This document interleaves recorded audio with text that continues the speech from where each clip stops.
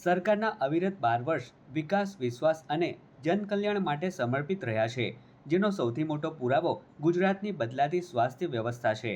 મધ્યમ અને ગરીબ વર્ગના પરિવારો માટે હોસ્પિટલનો મોંઘો ખર્ચ ઘણીવાર વ્યાજે નાણાં લેવા કે મિલકત વેચવા સુધી મજબૂર કરી દે છે. આવા કપરા સમયે ગુજરાતના લાખો પરિવારો માટે સંજીવની બનેલી PMJAY મા યોજના વાર્ષિક 10 લાખ રૂપિયા સુધીનું મફત સ્વાસ્થ્ય સુરક્ષા કવચ આપી રહી છે.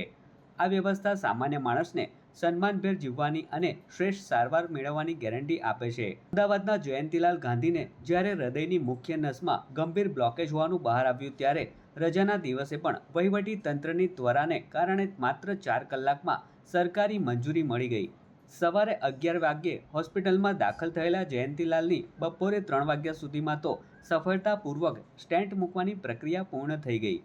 આયુષ્માન કાર્ડના કારણે આ મોંઘીદાટ સારવાર પાછળ તેમના પરિવારે એક પણ રૂપિયો ખર્ચવો ન પડ્યો.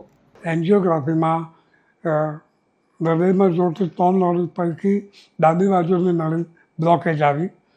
એ લોકોએ ટ્રીટમેન્ટ કરીને એ બ્લોકેજ દૂર કર્યું અને આના માટે મા પાસે આયુષ્યમાન કાર્ડ હોવાથી શ્રી નરેન્દ્રભાઈ મોદીની યોજનાથી પૂરેપૂરો લાભ મળ્યો છે. એકે પૈસો અમારે ભરવો પડ્યો નથી. ને ઇમરજન્સીમાં સીધું જ જે આયુષ્યમાન કાર્ડ યોજના છે મોદી સાહેબની, એમાં અમે એમાં એડમિશન લીધું હતું. ઈદની રજા હતી 28 મે 2026. ઈદની રજા હતી છતાં પણ ગવર્મેન્ટમાંથી બહુ જ ફાસ્ટ અપ્રુવલ આવી ગયું. અમે સવારે 11 વાગે એડમિટ થયા અને પપ્પાને 3 વાગે તો પ્લાસ્ટી થઈ ગઈ હતી. એક સ્ટેન્ટ એમને કરી નાખ્યો હતો.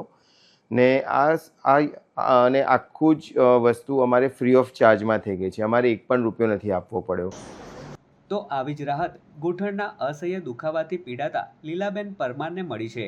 આર્થિક ચિંતાના કારણે સારવાર ટાળતા લીલાબેનને જ્યારે PMJAY મા યોજનાનો સથવારો મળ્યો ત્યારે તેમના એક પગનું સફળ ઓપરેશન થઈ શક્યું. હોસ્પિટલના આર્થિક બોજમાંથી મુક્તિ મળતા હવે આગામી 6 મહિનામાં તેમના બીજા પગનું પણ ઓપરેશન થવાનું છે અને આજે તેઓ 70% જેટલા સ્વસ્થ થઈ ગયા છે.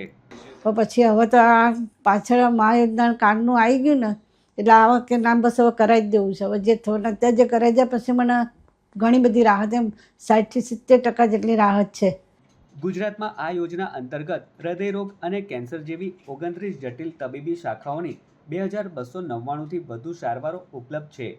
UN મહેતા હોસ્પિટલમાં જ છેલ્લા 1 વર્ષમાં 3385થી વધુ દર્દીઓની ઇન્ડોર અને 30,000થી વધુ દર્દીઓની OPD સારવાર આ કાર્ડ હેઠળ કરવામાં આવી છે. વર્ષ 2018થી 2026 સુધીમાં રાજ્યના 2,93,00,000થી વધુ નાગરિકો આ મફત સારવારનો લાભ લઈ ચૂક્યા છે, જે છેવાડાના માનવીને સાચા અર્થમાં આર્થિક સુરક્ષા અને આત્મવિશ્વાસ બક્ષે છે.